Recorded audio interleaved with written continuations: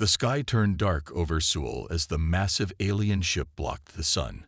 People in the streets stopped and looked up. Some ran. Others took pictures with their phones. Captain Dae-ho Kim stood on the roof of the Global Defense Headquarters. His hands gripped the railing tight.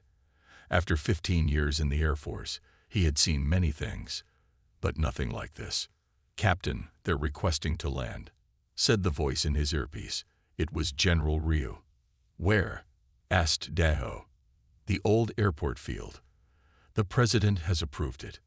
Dae-ho nodded even though no one could see him. "I'll be there in 10 minutes." The alien ship was smooth and silver, shaped like a teardrop. It stood 10 stories tall. No visible weapons, but Dae-ho knew better than to assume it was harmless. A door opened in its side with no sound. A ramp extended to the ground. 3 aliens walked down. They looked almost human, except their skin had a blue tint and their eyes were too large. They wore matching silver uniforms with strange symbols. President Jin stood with Dae-ho and 5 other officials. No one spoke as the aliens approached. The alien in front stopped 3 meters away. "I am Supreme Commander Vorel of the Galactic Confederation. We have come to welcome Earth to the greater community of spacefaring civilizations." His Korean was perfect, too perfect. Dae-ho suspected some kind of translation technology. President Jin bowed slightly. "We are honored. I am President Jin of the United Republic of Korea, representing Earth's United Nations." Vorel's large eyes blinked slowly. "Our scans show your world has only basic rocket technology. You have not yet established colonies beyond your moon. Is this correct?" "We are a young civilization," President Jin said carefully. Vorel made a sound like a laugh. "Yes, very young. The Confederation Council has classified Earth as a Category 3 developing world. We offer protection and guidance to such worlds." Dae-ho didn't like how Vorel said protection. It sounded more like a threat than an offer. 3 hours later, Dae-ho sat in the meeting room as Vorel explained the benefits of joining the Confederation. "You will receive limited access to our technology. Nothing that could be weaponized, of course. We will establish outposts on each continent to monitor development and ensure compliance with Confederation laws." "And what do you want in return?" Dae-ho asked. Vorel turned those large eyes toward him. "Resources. Your planet is rich in minerals we find valuable. We would require mining rights to 30% of your reserves." President Jin frowned. "That seems high for a friendly arrangement." "It is standard for Category 3 worlds," Vorel said flatly. "The alternative would be less pleasant for your people." The threat was clear now. Dae-ho spoke up again. "Commander Vorel, you may have misjudged Earth. We have defenses you haven't detected." "Captain Kim," President Jin warned. But Vorel only laughed. "Your most advanced fighter jets would be like children's toys against even our smallest ships. We have scanned your entire planet. There is nothing you possess that concerns us." Dae-ho wanted to tell him about the War Eagles, about the secret bases built inside mountains and under oceans, about the revolutionary technology that merged human pilots with biomechanical aircraft. But he stayed quiet. President Jin gave him a small nod of approval. "We will consider your offer," President Jin told Vorel. "Our world leaders need time to discuss it." "Of course," Vorel said. "You have 1 Earth month to accept our terms." That night, Dae-ho drove his old car through the rain to a facility hidden in the mountains outside the city. He passed through 7 security checkpoints before reaching the underground hangar. Dr. Jae-young Park met him at the elevator. "I heard about the meeting," she said. "They don't know about us." "No," Dae-ho replied. "Their scans missed everything, just as you predicted." They walked through a massive steel door into the hangar. Inside stood 12 War Eagles. They weren't like normal aircraft. Their bodies looked partly grown rather than built. Their wings curved like those of real birds. Their surfaces shifted colors slightly, adapting to the surroundings. "How many pilots are ready?" Dae-ho asked. 23 fully bonded.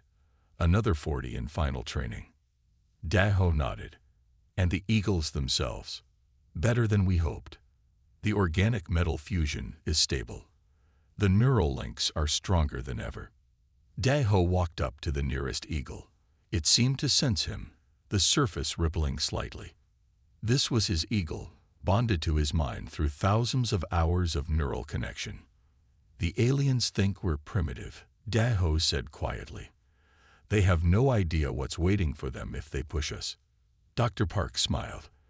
Let's hope we don't have to show them. But in his heart, Daho knew they would. 3 months had passed since the aliens first landed. More ships had come.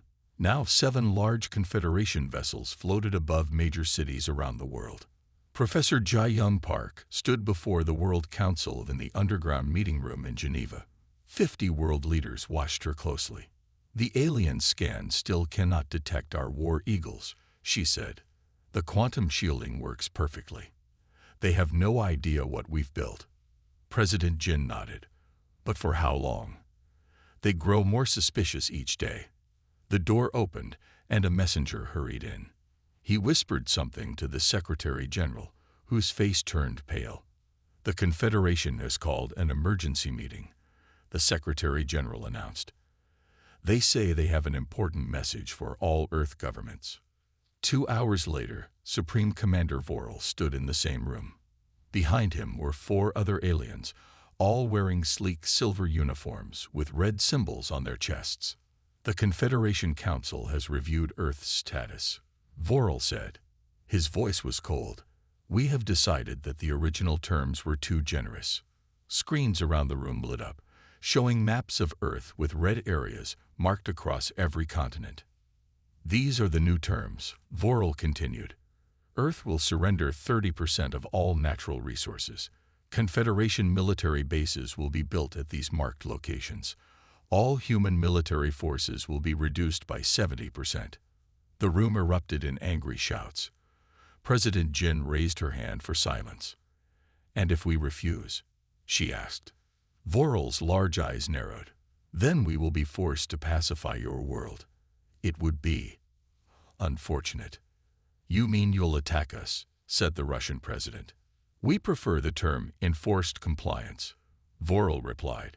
You have 1 week to agree to these terms. After the aliens left, the room stayed quiet for a long moment. We cannot accept this, President Jin finally said. But can we fight them? Asked the Brazilian president. Their technology is far beyond our conventional weapons. Jae-young stepped forward. That's why we have the Eagles. At the hidden mountain base in Colorado, pilot Ta-Jun Lee felt his heart race as he prepared for the neural link. This would be his 7th full connection with Eagle 7, but it still made him nervous every time.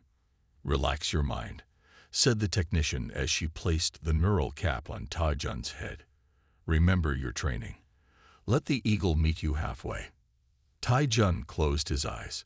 The cool gel nodes pressed against his skull. He took 3 deep breaths. Then he felt it, the strange sensation of his mind stretching, extending beyond his body. In the hangar below, Eagle 7's systems came online. Its biomechanical body hummed with energy. Ta-Jun opened his eyes, but he was no longer seeing through just his human eyes. He could see the hangar from the Eagle's perspective too. He could feel the power in the Eagle's wings. Neural synchronization at 98.7%, announced the computer. New record. Dr. Han-Jun Park smiled. Excellent work. Ta-Jun, how does it feel? Amazing, Ta-Jun replied. He lifted his arm, and in the hangar, the Eagle's wing moved in perfect sync. It's like the Eagle is part of me now. That's exactly right, Han-Jun said. You're not controlling the Eagle. You are the Eagle. His secure phone buzzed. It was Ji-young. The council has made its decision, she said. We're rejecting their terms. Daho lowered the binoculars. So it begins. How ready are we? Jae-young asked. The full squadron is operational. 50 Eagles, 50 pilots, all achieving at least 90% neural sync. And you? Daho smiled slightly. 99.1% with Eagle One, best in the program. The aliens have given us 1 week, Jai Young said. We'll use that time to position the Eagles strategically around the world. The moment they make a hostile move, we show them just how primitive we really are, Daho finished. That night, as darkness fell, 12 war eagles rose silently from the ocean near the Mariana Trench. Their organic metal hulls shifted color to match the night sky. No radar could detect them. No thermal sensors could find them. Han-Jun Park led the night training exercise, his mind fully merged with Eagle 2. 11 other pilots followed in perfect formation, their eagles moving with impossible grace and speed. Remember, Han-Jun told the squadron through the neural network they all shared, the aliens think they know everything about Earth's defenses. Their arrogance will be their weakness. The eagles climbed to 60,000 feet, then dived straight down toward the ocean at supersonic speeds. Just before hitting the water, they pulled up in perfect unison and streaked away into the night. The week was counting down. Soon, the Confederation would learn the truth about Earth. The night was cold in Beijing. Sung Min-cho walked quickly through the empty park. His position as deputy ambassador to the Confederation gave him special permission to be out after curfew. The aliens had started enforcing strict rules in major cities. Sung Min checked his watch. 11:50 p.m. The meeting was set for midnight. He saw the alien waiting under a tree. It wasn't Vorel, but one of his lieutenants named Krell. "You're early," Krell said. His voice sounded metallic through his translator.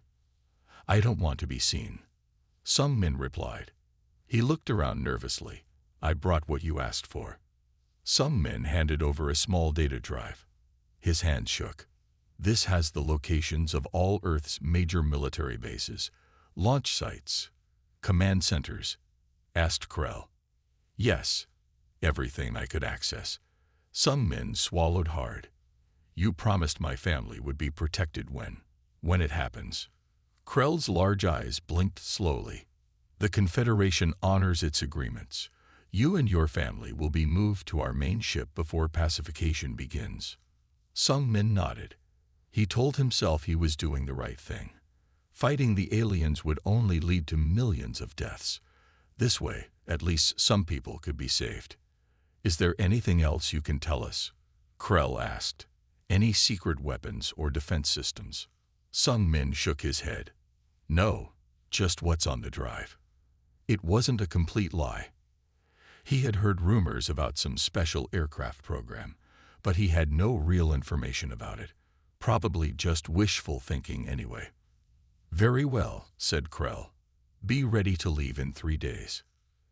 In the underwater base beneath the Mariana Trench, Han-Jun Park watched the eagles return from their night exercise. The 12 biomechanical craft settled onto their platforms, their hulls shifting from night black to a soft blue glow.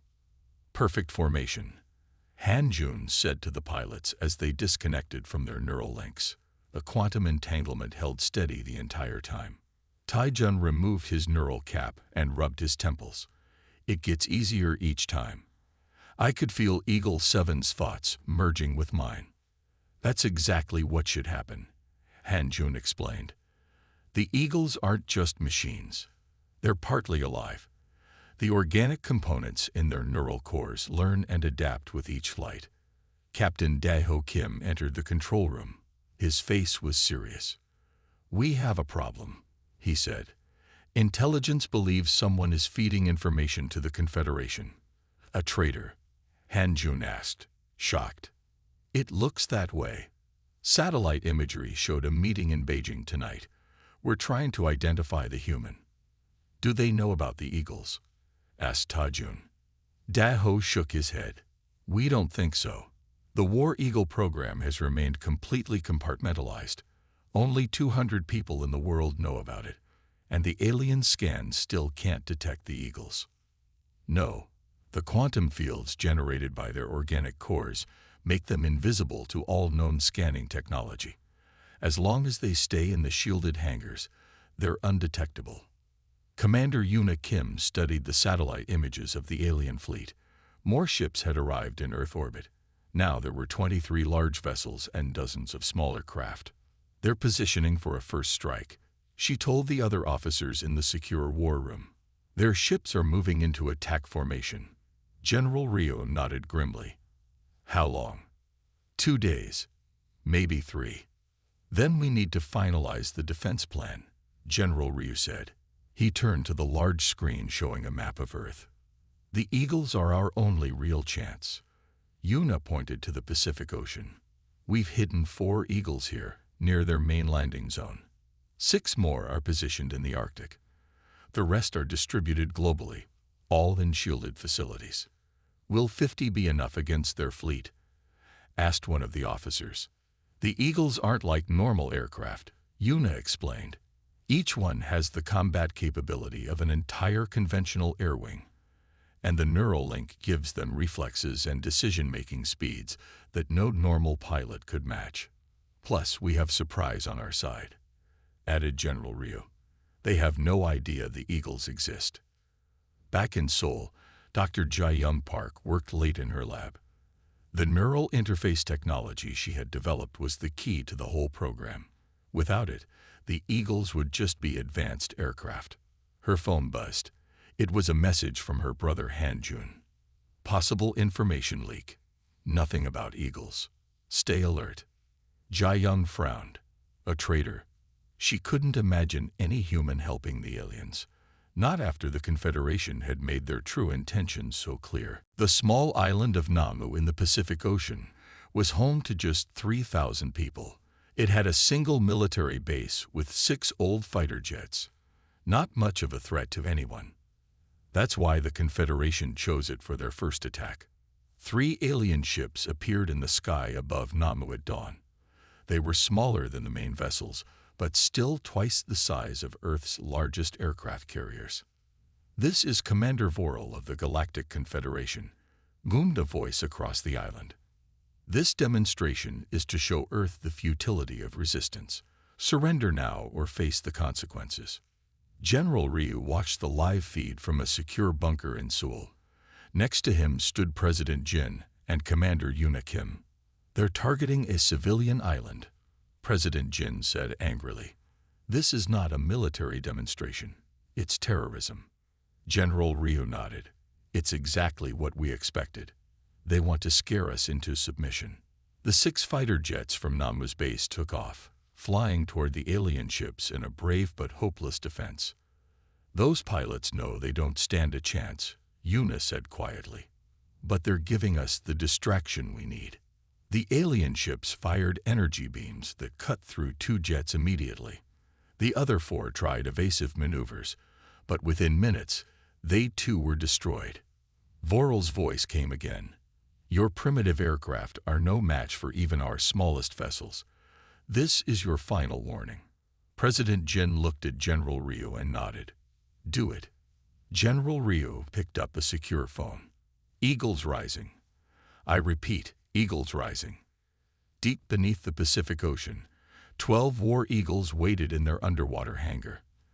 Their pilots sat in neural interface chambers, already connected to their craft. Commander Yuna Kim's voice came through their neural links. Eagle Squadron, you are cleared to engage. Remember, this is no longer a drill. Show them what Earth can really do. Captain Daho Kim, linked with Eagle One, felt a surge of both excitement and fear. Eagle Squadron, prepare for launch. The hangar's roof split open. Water rushed in, but it didn't matter. The Eagles were designed to operate in any environment, air, space, or water. Launch sequence initiated, said Daho. Eagles rising in 3, 2, 1. 12 war eagles shot up through the water like missiles. They broke the surface in perfect formation, water streaming off their sleek biomechanical bodies. On the Confederation flagship, an officer rushed to Vorel's side. Supreme Commander, we're detecting unknown objects rising from the ocean. Vorel frowned. Impossible. Our scans showed no underwater bases. They're moving too fast for conventional aircraft, the officer said, his voice rising.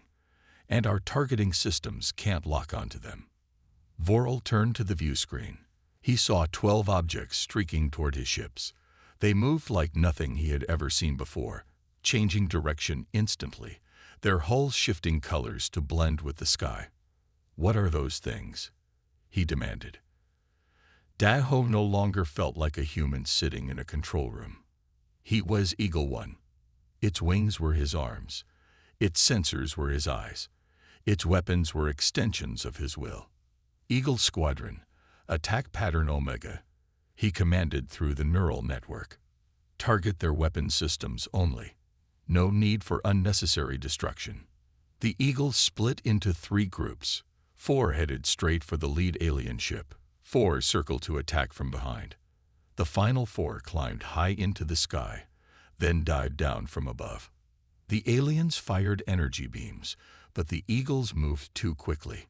Their organic metal hulls absorbed or deflected the few hits that landed.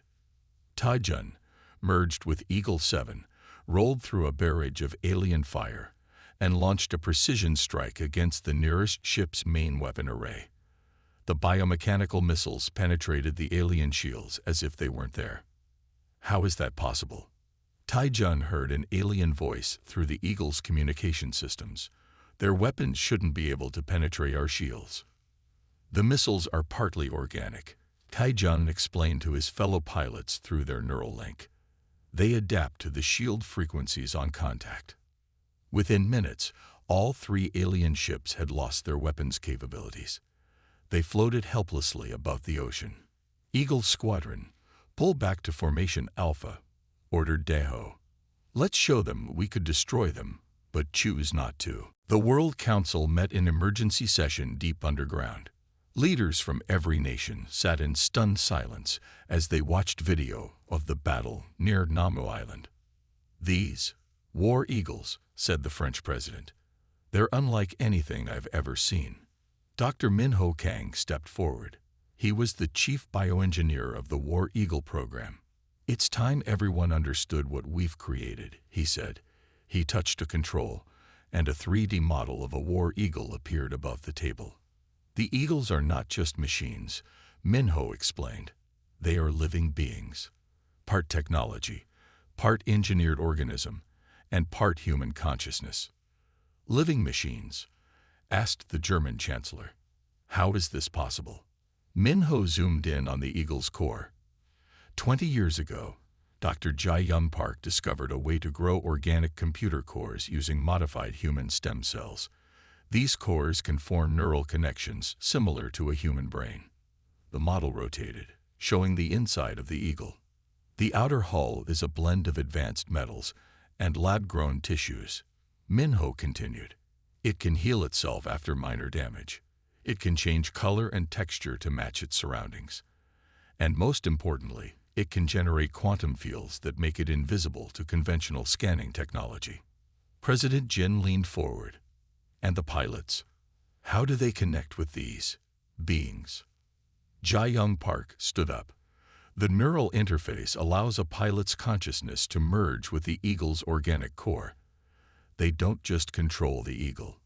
For a time, they become the Eagle." "Is it safe?"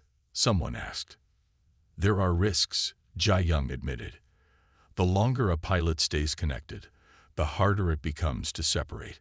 Some pilots report thinking like eagles even when disconnected. But the bond also creates something greater than either human or machine could be alone." In the recovery room at the underwater base, Taejun lay on a medical bed. Doctors monitored his vital signs as he slowly disconnected from Eagle 7. "How do you feel?" Dr. Han-jun Park asked. Taejun blinked slowly. "Different. Part of me is still in the Eagle. I can feel it, thinking about me." "That's normal," Han-jun assured him. "The neural connection works both ways. The Eagle learns from you, and you learn from it." Taejun sat up slowly. "During the battle, I could process information faster than I ever could before. I saw the alien weapons charging before they fired. I calculated flight paths instantly." "The Eagle enhanced your natural abilities," Han-jun explained. "Its organic core functions like an extension of your brain." In the next bed, pilot Su-Jin Han was having a harder time disconnecting. Her eyes remained closed, her breathing shallow. "Su-Jin," called the doctor. "You need to come back now." "I don't want to," she whispered. "I'm free in the Eagle. I can fly without limits." Han Jun looked worried. He picked up a neural stimulator and placed it against Su-Jin's forehead. "This might help," he said. "It will strengthen your human consciousness." After a moment, Su-Jin opened her eyes. "I was completely merged," she said. "My consciousness was fully inside Eagle 4. I wasn't controlling it from outside. I was the Eagle." Han Jun and Taejun exchanged concerned looks. This level of connection was new. Supreme Commander Vorel paced the bridge of his flagship.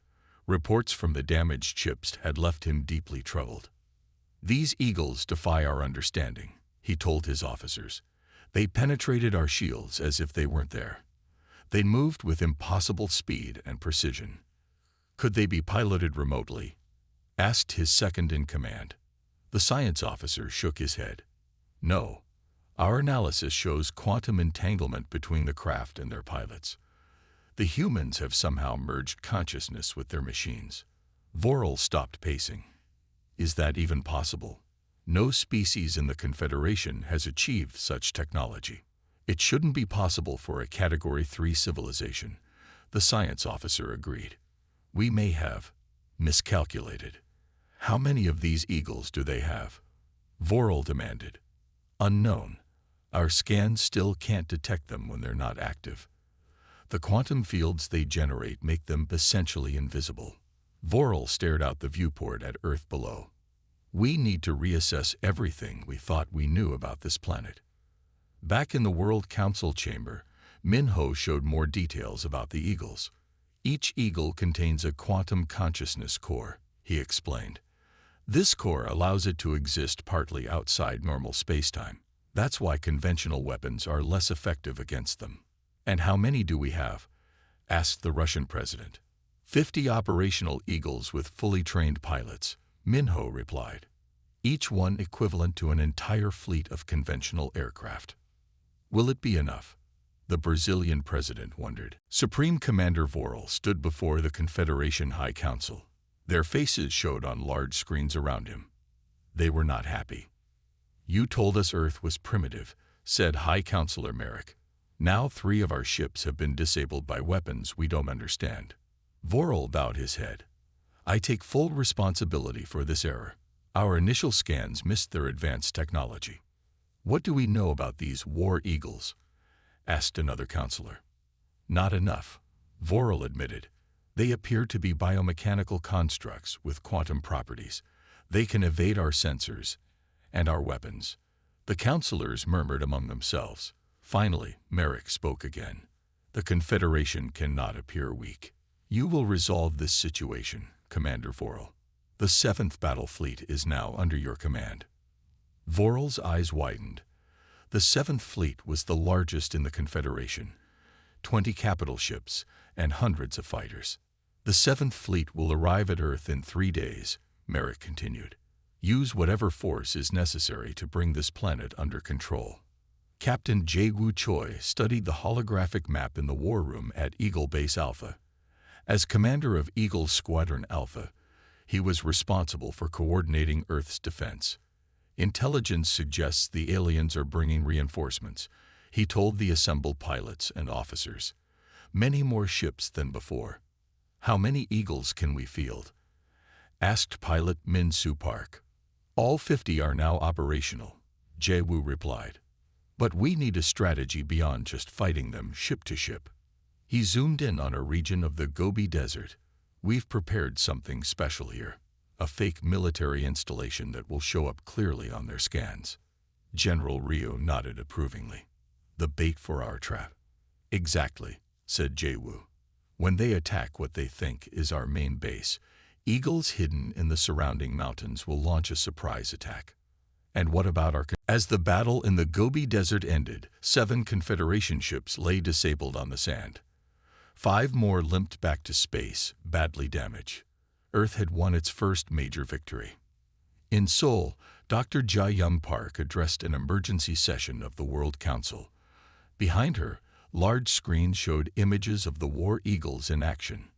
Now that the Confederation has seen our true capabilities, she said, it's time to explain what makes the eagle so special. She brought up a 3D model of a human brain next to an eagle's quantum core. The eagles aren't just advanced aircraft, she explained. Each contains a quantum consciousness core that can merge with a human pilot's mind. The Brazilian president frowned. I don't understand. How is this different from remote control? It's completely different, Jae-young said. Remote control means sending commands to a separate machine. Neural bonding means the pilot and eagle become one being. She showed brain scans of pilots before and during connection. When pilots connect to their eagles, their consciousness expands. They process information faster. They react at machine speeds, but they still have human creativity and intuition. Is it dangerous? Asked the Indian Prime Minister. Jae-young hesitated. There are risks. The deeper the bond, the harder it is to separate. Some pilots report changes in how they think, but the results speak for themselves. In the recovery ward of Eagle Base Alpha, pilot Soo-jin Han sat very still. Doctors and scientists surrounded her, taking readings and asking questions. Describe it again, Dr. Han-jun Park requested. What happened during the battle? Soo-jin closed her eyes, remembering. I was hitting my limits. 3 alien fighters were on my tail. I couldn't evade them fast enough. And then, Han-jun prompted. Then I let go, Soo-jin said. I stopped trying to control the eagle from inside my human body. I just moved my consciousness completely into Eagle 4. The room fell silent. Han-jun leaned forward. You're saying you left your body behind? Soo-jin nodded.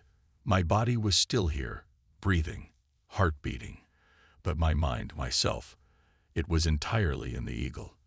And suddenly I could move faster than I ever could before. Human reflexes were no longer my limit. How did you come back? Asked one of the doctors. I followed the neural link back, Soo-jin explained, like following a thread home. Han-jun looked troubled. This is a new development. None of our other pilots have reported full consciousness transfer. Actually, came a voice from the doorway. It was Daho. I've experienced it too. During the final phase of today's battle, I became Eagle 1 completely for about 3 minutes. The scientists exchanged worried glances. This changes everything, Han-jun said. We need to tell Jae-young immediately. On the Confederation command ship, Supreme Commander Vorel received reports of the battle. His officers looked shocked. 7 ships lost, 5 critically damaged. Vorel could hardly believe it. How could primitive humans do this? His science officer displayed analysis of the battle. The eagles moved in ways that defy normal physics. They anticipated our attacks before we launched them. And most concerning, they operated as a single coordinated entity. What are you saying? Vorel demanded. I believe, the science officer said carefully, that these humans have developed technology that allows them to transfer consciousness between organic and mechanical vessels. Vorel stared at him. That's impossible. Even the most advanced Confederation worlds haven't achieved that. Nevertheless, the evidence suggests it's true. These eagles aren't just weapons. They're vessels for human consciousness. Vorel turned to the viewport, looking down at Earth. If that's true, we've severely underestimated them. Back in Seoul, Jae-young received the news about Soo-jin and Daho. Complete consciousness transferred, she murmured. The eagle's organic cores are more advanced than we thought. She turned to General Ryu. This changes our strategy. If pilots can transfer their consciousness fully, they can push the eagles beyond their designed limits. Is it safe? General Ryu asked. Unknown, Jae-young admitted. But it gives us an advantage the Confederation doesn't expect. She pulled up the latest battle data. Look at these readings from Daho and Soo-jin during consciousness transfer. Their reaction times were 10 times faster than normal human limits. They processed information at speeds we thought impossible. "So what's our next move?" asked General Ryu. A week after the battle in the Gobi Desert, Earth's leaders gathered in the underground war room in Geneva. The mood was cautious but hopeful. "We won the first major battle," said President Jin. "But the Confederation is calling for reinforcements." General Ryu nodded grimly. "Our satellites have detected signals. More ships are coming, many more." "How long do we have?" asked the German Chancellor. 3 weeks at most," replied General Ryu. "Maybe less." Commander Yun-Ho Kang stood up.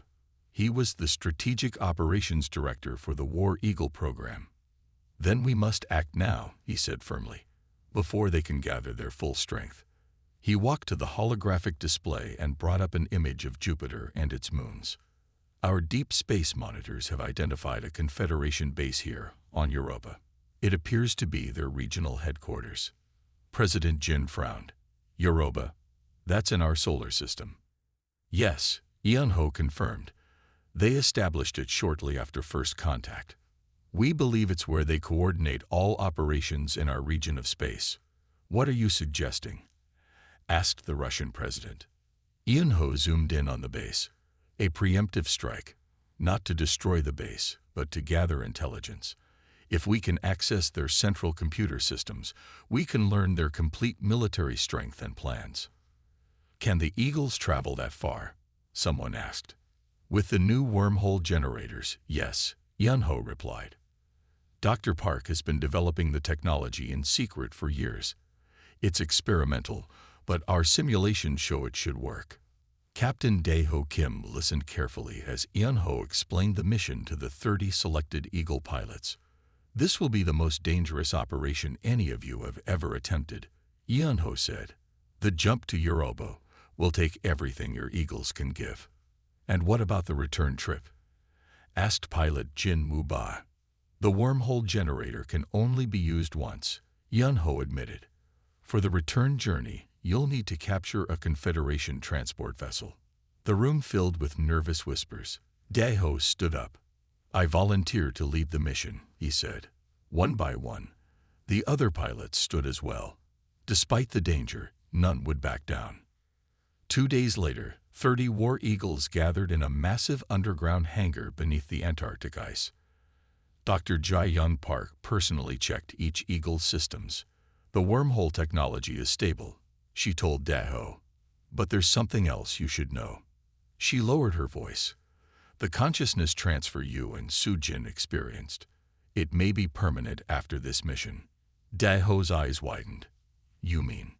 "The distance and stress of the jump might fuse your consciousness permanently with your Eagle," Jae-Young explained. "You could return to your human body, but you might never be fully human again." Dae-Ho considered this for a long moment. "We all knew the risks when we volunteered for the program," he finally said. "If this is what it takes to save Earth, so be it." The launch countdown began. 30 pilots connected to their Eagles, their consciousness merging more deeply than ever before. "Eagle Squadron, prepare for wormhole jump," ordered Dae-Ho. "Target, Europa base." In the control room, Jae-Young activated the massive wormhole generator. Energy built up around the Eagles, creating a swirling vortex of blue light. "Jump in 3, 2, 1. The hangar flashed with blinding light. When it faded, all 30 Eagles were gone. On Europa, night had fallen over the Confederation base. Guards patrolled the perimeter, but they weren't expecting trouble. No Earth vessel had ever traveled beyond the moon. Suddenly, the sky tore open. A massive blue vortex appeared, and 30 War Eagles shot through. "Execute attack pattern Delta," commanded Dae-Ho. "Remember, this is an intelligence mission, not a destruction mission. Minimal casualties." The Eagles split into 3 groups. Dae-Ho led 10 Eagles against the base's defenses. Tae-Jun took another 10 to secure the landing pads. Soo-Jin led the final 10 directly to the Central Command building. The aliens were completely unprepared. Their weapons activated too slowly. Their fighters couldn't launch in time. Within minutes, Daho's team had disabled the base's main defenses. Taijun secured 3 Confederation transport ships, and Sujin's team broke into the command center. "We're in," Sujin reported through the neural network. Accessing their main computer now. Inside the command center, Sujin's eagle connected directly to the alien computer system. Data flowed through her consciousness: ship deployments, battle plans, fleet movements. The 3 stolen Confederation ships landed at the secret base in Antarctica 2 days after the Europa mission. Earth leaders and scientists rushed to meet them. As the ship's doors opened, everyone fell silent. Instead of human pilots walking out, the war eagles themselves emerged, moving with grace despite their large size. Dr. Jae-young Park stepped forward. "Daho, is that you?" The lead eagle's hull shifted color slightly. "Yes, it's me," came Daho's voice from the eagle. "But not as you remember me." "The consciousness transfer," Jae-young whispered. "It's permanent." "For most of us, yes," replied the eagle that contained Daho's mind. "We found we could not return to our human bodies after such a long time merged with the eagles. But we're still ourselves, just in a different form now." President Jin approached cautiously. "Captain Kim, do you regret this change?" The eagle made a sound that resembled a laugh. "Regret? No. We have evolved into something new, something better suited for what comes next." A week later, Supreme Commander Voral's ship entered Earth orbit under a flag of truce. The Confederation had requested emergency talks after learning their base on Europa had been breached. The meeting took place on neutral ground, a platform floating in the middle of the Pacific Ocean. Voral arrived with 5 officers. Earth was represented by President Jin, General Ryu, and Dr. Park. And flying overhead were 20 war eagles, their hulls gleaming in the sunlight. "You requested this meeting, Commander Voral," President Jin said coldly. "We're listening." Voral looked uncomfortable. "The Confederation Council has revised its assessment of Earth. Recent events have made it clear that you are not the primitive civilization we first believed." "No," agreed President Jin. "We are not.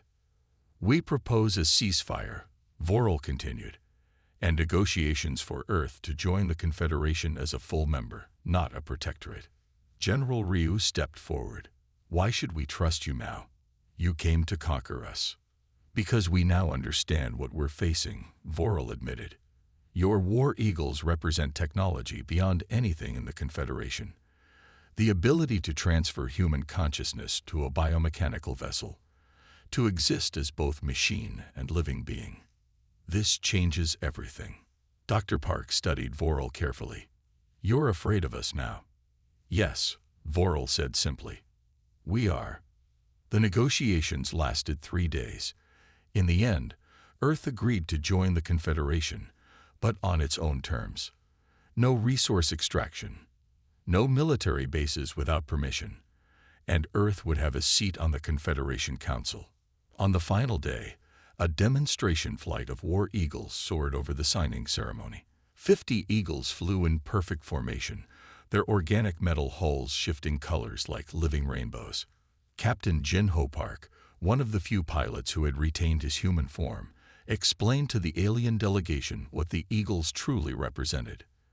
"You thought our greatest achievement was weapons," he said. "But that's not what the eagles are about. They represent the next step in our evolution, the ability to extend human consciousness beyond biological limitations." The lead alien scientist looked fascinated. "How does it work?" "The neural connection. It's not just technology," Jin-ho explained. "It's a partnership. The eagles aren't just machines we control. They're partly alive. They think.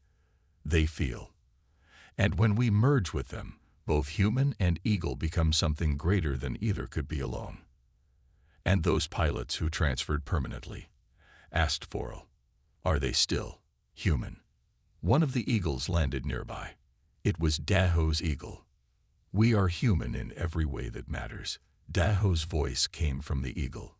"We still love, hope, dream, and create. We just do it in a different form now." The Eagles demonstrated maneuvers that defied conventional physics: instant turns, impossible speeds, perfect coordination. The aliens watched in amazement. "This is why you could defeat our ships," Vorel realized. "Your pilots weren't limited by human reflexes or physical bodies." "Yes," said Jinho. "But more importantly, we never lost our human creativity and spirit. The Eagles gave us new capabilities, but our humanity gave us the wisdom to use them." 6 months later, Earth sent its first official delegation to the Confederation homeworld. Leading the mission were 10 war eagles, each containing the consciousness of a former human pilot. Dr. Jae-young Park, now Earth's ambassador to the Confederation, stood on the observation deck watching the eagles prepare for departure. "Do you ever miss your human body?" she asked Daho's eagle. "Sometimes," Daho admitted, "but this form lets me explore the stars in ways no human could before. We're pioneers of a new kind of existence."